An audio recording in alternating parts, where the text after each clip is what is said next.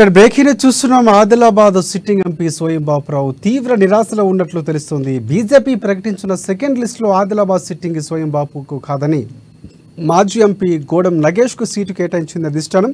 దీంతో సోయం తీవ్ర నిరాశలో ఉన్నట్లు తెలుస్తోంది. నమ్మించి తనను మోసం చేశారంటూ సోయం అనుచరుల దగ్గర ఆవేదన వ్యక్తం చేసినట్లు తెలుస్తోంది. ఇక పార్టీలో కొనసాగలేనంటూ సోయం అనుచరులతో చెప్పినట్లు సమాచారం. అధిష్టాన పెద్దలు తనపై కుట్ర చేశాయని సోయం ఆవేదన వ్యక్తం చేశారు. అయితే పార్టీ మార్పుపై మాత్రం సోయం బాపురావు ఇంకా స్పందించలేదు. టికెట్ దక్కకపోవడంతో ఆయన రాజకీయ అడుగులపై ఇప్పుడు ఆసక్తి నెలకొంది.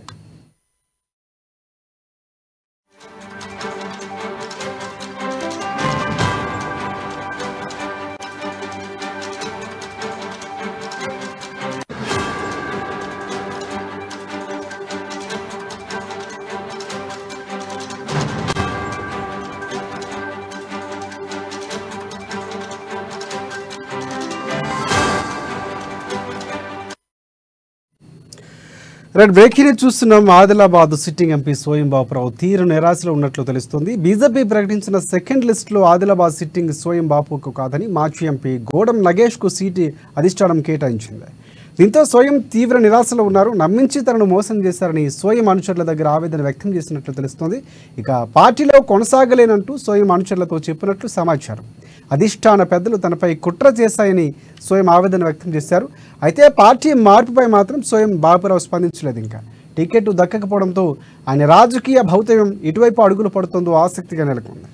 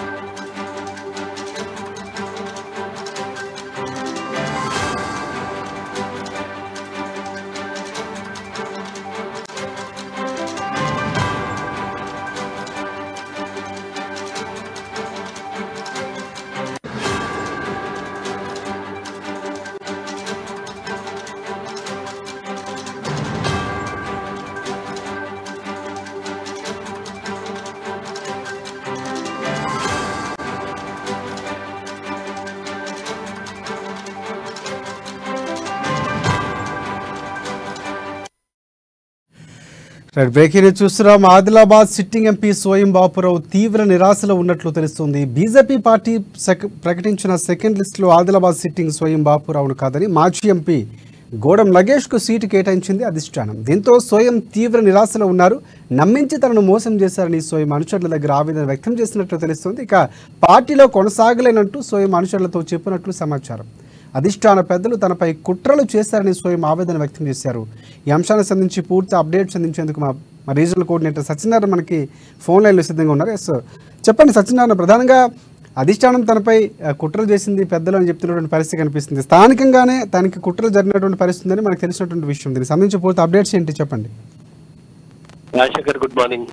అయితే ఏదైతే ఆదిలాబాద్ ఎంపీ స్థానానికి సంబంధించి బీజేపీ పార్టీ నుంచి అయితే సోయం బాపురావు అయితే గతం నుంచి ఆశలైతే పెట్టుకున్నారు. ఎందుకంటే ప్రారంభంలో కూడా అంటే ఎప్పుడైతే ఈ బీజేపీ ఎంపీ అభ్యర్థిత్వానికి దరఖాస్తుల కంటే ముందు నుంచి కూడా ఆ పార్టీ హైకమాండ్ చెప్పిన దాని ప్రకారం సిట్టింగులకే టికెట్ అనేటటువంటి ఏదైతే ప్రకటన అప్పట్లో వెలువడిందో దాని పట్ల సోయం బాపురావు అయితే కట్టుబడి ఉన్నాడు. తనకి ధీమా ఆఖరి వరకు కూడా వ్యక్తం చేశారు. అయితే స్థానికంగా ఉన్నటువంటి కొన్ని రాజకీయ సమీకరణాలు లేదా వర్గ విభేదాలు వీటి వల్ల కొంత వ్యతిరేకత అయితే ఆయనకు టికెట్ పైన అయితే కొంత కనిపించింది. ఎందుకంటే ఎప్పుడు లేనట్టుగా గతంలో ఎన్నడూ చూడగా ఆదిలాబాద్ ఇక్కడ స్థానం నుంచి 45 మందికి పైగా బీజేపీ నుంచి ఆశావహులు మరి టికెట్ కోసం పోటీ పడడం, ఆ తర్వాత అనూహ్యంగా ఇంతమంది పోటీలు ఉన్నప్పుడు కూడా అప్పటిదప్పుడు చేరినటువంటి మాజీ ఎంపీ గుడం నగేష్ కు టికెట్ హైకమాండ్ కట్టబెట్టడం, ఆ తర్వాత మిగతా ఎవరైతే ఆశావాహులు ఉన్నారో వారు ఢిల్లీకి వెళ్లి ఎందుకంటే స్వయం బాపురావు కావచ్చు, రాథోడ్ బాపురావు, తర్వాత రాథోడ్ రమేష్ వీళ్ళైతే ఢిల్లీకి వెళ్లి హైకమాండ్ తో ఒకవేళ ఎంపీ నగేష్ కు తప్ప ఎవరికి టికెట్ ఇచ్చినా కూడా మేము కష్టపడి పనిచేస్తాం, ఆ మాజీ ఎంపీ గూడెం నగేష్ కనుక టికెట్ ఇచ్చినట్టయితే మేము పార్టీకి వ్యతిరేకంగా పనిచేస్తామని చెప్పేసి హైకమాండ్ వద్ద చెప్పినప్పటికీ కూడా మరి హైకమాండ్ ఆయన వైపే మొగ్గు చూపడం వెనక మరి ఆంతర్యం ఏంటి అనేది హైకమాండ్ కి స్థానికంగా ఉన్నటువంటి తెలియాలి. ఎందుకంటే ఆయన కూడా గతంలో 3 సార్లు అంటే రాజకీయాల్లో అయితే అనుభవం ఉంది. ఆయన ఎంపీగా గెలిచాడు, ఎమ్మెల్యేగా కూడా తెలుగుదేశం పార్టీ నుంచి కూడా ఆయన ఎమ్మెల్యేగా కూడా పనిచేశాడు. ఆ తర్వాత బీఆర్ఎస్ ఉద్యమ సమయంలో బీఆర్ఎస్ కు వచ్చాడు, బీఆర్ఎస్ లో కూడా ఒకసారి ఎంపీగా గెలిచాడు. ఆ తర్వాత గత ఎలక్షన్ లో ఆయన బీఆర్ఎస్ అభ్యర్థిగా కూడా ఎంపీగా పోటీ చేసి ఇదే సిట్టింగ్ ఎంపీ స్వయం బాపురావుపై ఓడిపోవడం జరిగింది. అయితే సో అంటే ఆయనకైతే అక్కడ ఉన్నటువంటి సందర్భంగా ఏదైతే అంటే ఓట్ బ్యాంక్ ఆధారంగా అతనికి గెలుపు సూచన. అయితే ఈ టికెట్ పై ఎప్పటి నుంచో ఆశలు పెట్టుకున్నటువంటి ఒక స్వయం బాపురావు మాత్రం కాస్త నిరాశలోనే ఉన్నట్టుగా తెలుస్తోంది. ఎందుకంటే గతంలో కూడా ఒకసారి ప్రెస్ మీట్ లో స్వయం బాపురావు ప్రెస్ మీట్ లో అంటే ఈ టికెట్ విషయంలో స్పష్టత రానప్పుడు ఆయన బయటికి అయితే చెప్పడం జరిగింది, ఒకవేళ తనకు పార్టీ కనుక టికెట్ ఇవ్వకపోతే తన దారి తాను చూసుకుంటాననేటువంటి ఒక సందర్భం కూడా ప్రెస్ మీట్ లో చెప్పడం జరిగింది. అదేవిధంగా కార్యకర్తలు అనుచరుల గణంతో కూడా తాను ఖచ్చితంగా పోటీలో ఉంటాను అని చెప్పడం చూస్తుంటే మరి పార్టీ మారే అవకాశం ఏదైనా కనబడుతున్నట్టుగా కనబడుతుంది. ఇక ప్రస్తుతం ఆయన మాత్రం బయటికి ఏమీ చెప్పకపోయినప్పటికీ కూడా అంటే ఈ యొక్క పార్టీ మార్పు విషయంలో కానీ లేదంటే మరి హైకమాండ్ నిర్ణయానికి కట్టుబడి బీజేపీలో పనిచేస్తానన్నటువంటి విషయం కానీ ఏది కూడా పైకి చెప్పకపోయినప్పుడు కూడా మరి లోపల మాత్రం ఏదో కొంత మదనం అయితే జరుగుతున్నట్టుగా మనం భావించవచ్చు. ఎందుకంటే ఆయన గతంలో కూడా ఎంపీగా పనిచేశారు కాబట్టి తిరిగి పోటీలో ఉండాలనేటటువంటి ఒక కార్యకర్తలు అయితే ఆయన అనుచరకరం అయితే ఆయన పోటీలో ఉండాలని కోరుకుంటున్నట్టుగా మనకు సమాచారం అందుతుంది. సో ఏదేమైనా మనకు ఒక 2-3 రోజుల్లో, ఎందుకంటే ఇంకా పార్టీకి సంబంధించి ఎన్నికలకు సంబంధించి ఇంకా నోటిఫికేషన్ కూడా వెలువడలేదు. సో ఇంకా టైం అయితే ఉంది. సో మనం వేచి చూడవచ్చు ఆయన నిర్ణయం ఏ విధంగా ఉండబోతుందో. మరి ఒకవేళ పార్టీ హైకమాండ్ నిర్ణయానికి కట్టుబడి బీజేపీలోనే ఉండి పార్టీ అభ్యర్థి గెలుపుకు సహకరిస్తారా, లేదంటే తాను ఖచ్చితంగా పోటీలో ఉండాలని చెప్పేసి మిగతా అనుచరగణం కార్యకర్తలు అభిమానులు కోరుకున్న విధంగా ఆయన ఏదైనా పార్టీ మారి గనక పార్టీ మారి అందు నుంచి ఎంపీగా పోటీ చేస్తారా? ఒకవేళ గనక ఆయన నిర్ణయం అనుచరగణం అనుకూలంగా అంటే అభిమానులు అనుచరగణం కోరుకున్నట్టుగా ఆయన గనక పార్టీ మారి ఒకవేళ గనక కాంగ్రెస్ కి గూటికి చేరినట్టయితే, ఒకవేళ ఆయన కాంగ్రెస్ కు కనుక చేరి కాంగ్రెస్ నుంచి కనుక టికెట్ ఆయన తెచ్చుకున్నట్టు పరిస్థితి ఉంటే కనుక గట్టి పోటీ ఉండే అవకాశం మాత్రం ఇక్కడ బీజేపీ అభ్యర్థికి అయితే గట్టి పోటీ ఉండే అవకాశం ఉంది. ఎందుకంటే గతంలో ఎంపీగా గెలిచినారు కాబట్టి ఇద్దరి మధ్య మాత్రం డే అనేటువంటి ఒక పోటీ మాత్రం ఉండే అవకాశం ఉంది. అలాగే ఇక్కడ ఎన్ని కూడా పలు ఆసక్తికరంగా ఉండేటటువంటి అవకాశం ఉంది. రాజశేఖర్ సత్యనారాయణ, ప్రధానంగా బీజేపీ ప్రాబల్యం ఎక్కువ ఉన్నటువంటి నియోజకవర్గంగా చెప్పుకోవచ్చు ఆదిలాబాద్, మొత్తం పార్లమెంట్కి సంబంధించి ఉమ్మడి ఆదిలాబాద్. సో ఇక్కడ ఈ నేపథ్యంలో అసలు ఎందుకు అంటే గతంలో గెలిచినటువంటి సిట్టింగ్లకి ఇస్తామన్న నేపథ్యంలో ఎందుకు బాపురావును కాదని నగేష్కి ఇచ్చినటువంటి పరిస్థితి కనిపిస్తుంది? ఎందుకు ఏ ఫ్యాక్టర్ బీజేపీ హైకమాండ్ ఏ అంశాలు దృష్టిలో పెట్టుకొని ఇచ్చింది అనుకోవచ్చు మనం?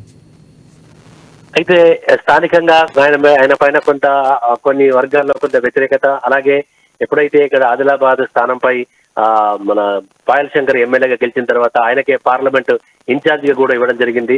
అయితే గతంలో చిన్న సంఘటనలు ఎంపీ స్వయం బాపురావు పాయల్ శంకర్ మధ్య చిన్న వర్గ విభేదాలు అయితే ఉన్నట్టుగా మనకు సమాచారం. బయటికి ఇక్కడ ఆదిలాబాద్ అంతా కూడా తెలుసు. ఎందుకంటే కొన్ని విషయాల్లో ఇద్దరి మధ్య కొంత విభేదం అయితే ఉన్నట్టు కనబడుతుంది. అయితే ఇక్కడ ఈయనకి టికెట్ రాకుండా అంటే కొంతమంది అనుచర వర్గం అనుకున్నట్టు మాటల ప్రకారంగా స్వయం బాబురావుకు టికెట్ రాకపోవడానికి ఆదిలాబాద్ పార్లమెంట్ ఇన్ఛార్జ్ తర్వాత స్థానిక ఎమ్మెల్యేనే కారణమైనటువంటి ఒక సమాచారం కూడా అంటే కారణమైనటువంటి విషయాలు కూడా బయటపడుతున్నాయి. ఒకవేళ ఇదే ఫ్యాక్టర్ కావచ్చు. ఈ ఫ్యాక్టర్ ద్వారానే అనూహ్యంగా అనేక మంది ఇక్కడ సీట్ కోసము అప్లై చేసుకోవడము, ఆ తర్వాత తాజాగా ఈయన అప్పటికప్పుడు గుడం నగేష్ టికెట్ కోసం అప్లై చేసుకోవడం, టికెట్ రావడం అంతా కూడా చకాచకంగా జరిగిపోవడం గల కారణం కూడా దీని వెనుక ఈ వర్గ విభేదాలే కారణం అనేటటువంటి ఒక ఫ్యాక్టర్ అయితే ఉండే అవకాశం ఉంది. రాజశేఖర్ రైట్ రైట్ నగేష్కు సంబంధించి మీరు అన్నట్లు ఆయన టీడీపీ పార్టీలో తర్వాత కాంగ్రెస్ పార్టీలో పనిచేసినటువంటి పరిస్థితి, బీఆర్ఎస్ పార్టీలో పనిచేసి గెలిచినటువంటి పరిస్థితి ఉంది. సో ఇప్పుడు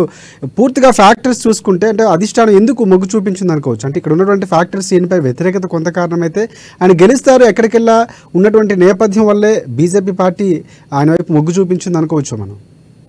ఖచ్చితంగా అనుకోవచ్చు. ఎందుకంటే అతను గతంలో కూడా ఒకసారి ఎంపీగా గెలిచాడు. ఆ తర్వాత రాజకీయంగా అనుభవం ఉంది. ఆ తర్వాత సీనియర్ నాయకుడు, తర్వాత ప్రజల్లో కూడా ఒక రకమైనటువంటి ఒక గుర్తింపు అయితే ఆయనకి రాజకీయ నాయకుడిగా ఉంది. సో అంటే ఇప్పుడు ప్రజెంట్ గా అంటే పార్టీ అధిష్టానం నిర్ణయం మేరకు ఏంటంటే ఎవరైతే దాదాపు 45 మంది పైగా అప్లై చేసుకున్నప్పటికి కూడా అందులో కేవలం పైకి వినిపించే పేర్లు కేవలం 2-3 మనకు వినిపించాయి. ఆ 2-3 మధ్యలోనే పోటీ ఉండే అవకాశం ఉన్నట్టుగా మనం భావించాము. అయితే అందులో నగేష్ పేరు అప్పట్లో లేకున్నప్పటికీ కూడా రమేష్ రాథోడ్ పేరు మాత్రం బాగా వినిపించింది. అయితే మరి రమేష్ రాథోడ్ కూడా అంటే ఆ ఎంపీ టికెట్ కి ఇక్కడ అంటే కనుక అతను కూడా గట్టి పోటీ ఇచ్చే అవకాశం ఉంది. ఆ తర్వాత సోయం బాపురావు, ఈ ముగ్గురు మధ్యనే ఒక డోలాయమాన పరిస్థితి అయితే ముగ్గురు మధ్యనే ఉంటుండే.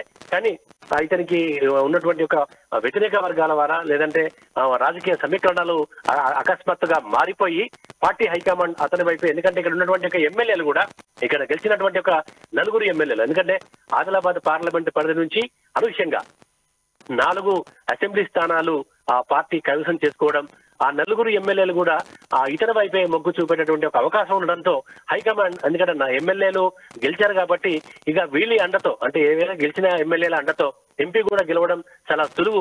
కాబట్టి ఎమ్మెల్యేలు ఎవరైతే మద్దతు ఇస్తారో, ఏ వైపు అయితే ఎమ్మెల్యేలు మొగ్గు చూస్తారో అతనికే కనుక టికెట్ ఇచ్చినట్టయితే గెలుపు నల్లరి మీద నడకలా ఉండే అవకాశం ఉందన్నటువంటి ఒక భావన పార్టీ హైకమాండ్ లో కనబడి ఉండొచ్చు. అందుకే పార్టీ హైకమాండ్ కూడా అతని వైపే మొగ్గు చూపినట్టుగా మనం భావించవచ్చు. ఎందుకంటే ఇక్కడ ఉన్నటువంటి ఒక ఎమ్మెల్యేలంతా కూడా ఒక తాటిపై 4 కూడా కలిసి అప్పుడు విజయం సాధించారు ఇక్కడ పార్లమెంట్ పరిధిలో. అదేవిధంగా వారి సూచనల మేరకే పార్టీ హైకమాండ్ నగేష్ కి టికెట్ కన్ఫర్మ్ చేసినట్టుగా మనం భావించవచ్చు రాజశేఖర్. ఎస్ దాదాపుగా చాలా ఎక్కువ వరకు కూడా మీరు అన్నట్టు 50 మంది వరకు ఆశావాహులు టికెట్ను ఆశించినటువంటి పరిస్థితి బీజేపీకి సంబంధించి.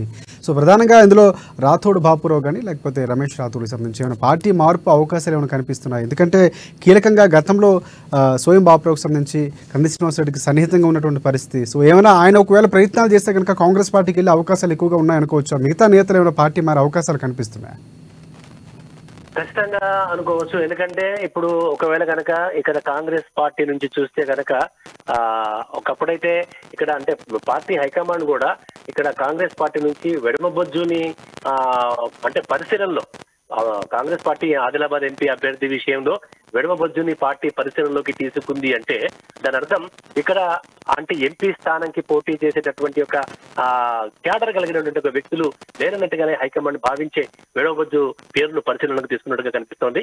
అయితే వెడమబొజ్జు ఆల్రెడీ ఖానాపూర్ ఎమ్మెల్యేగా ఉన్నారు కాబట్టి ఒకవేళ కనుక ఇక్కడ కంది శ్రీనివాసరెడ్డి మద్దతుతో కానీ లేదంటే ఆయన కనుక ఎంపీ సోయం బాపురావు కనుక పార్టీ విడిచి వెళ్ళాలన్నటువంటి ఒక ఆలోచన ఉంటే కనుక ఈ యొక్క సంప్రదింపులు కాంగ్రెస్ పార్టీతో చేస్తే మరి చెప్పలేము. ఎందుకంటే ఇదేదైనా కూడా బాల్ అనేటటువంటిది సోయం బాపురావు కోర్టులో అలాగే హైకమాండ్ కోర్టులో ఉంటుంది కాబట్టి వాళ్ళు నిర్ధారిస్తే ఒకవేళ అనుకున్నట్టుగా జరిగితే ఖచ్చితంగా కాంగ్రెస్ పార్టీ నుంచి కనుక టికెట్ తెచ్చుకున్నట్టయితే పోటీ అయితే రసవత్తరంగా మారే అవకాశం ఉంది. ఎందుకంటే ఇక్కడైతే ఉన్న ఫ్యాక్టర్ ప్రకారంగా కాంగ్రెస్ కి బీజేపీకి ఇద్దరు కూడా గెలుపు సమాన అవకాశాలు మనం ఉన్నట్టుగా భావించవచ్చు. ఎందుకంటే 4 ఎమ్మెల్యే స్థానాలు గెలిచి అటు బీజేపీ అలాగే రాష్ట్రంలో అధికారం చేపట్టి ఇటు కాంగ్రెస్ 6 గ్యారంటీ హామీలతో ప్రజల్లోకి వెళ్తోంది. సో ఇటు కాంగ్రెస్ ప్రభుత్వం పట్ల ప్రజల్లో ఆదరణ ఉంది.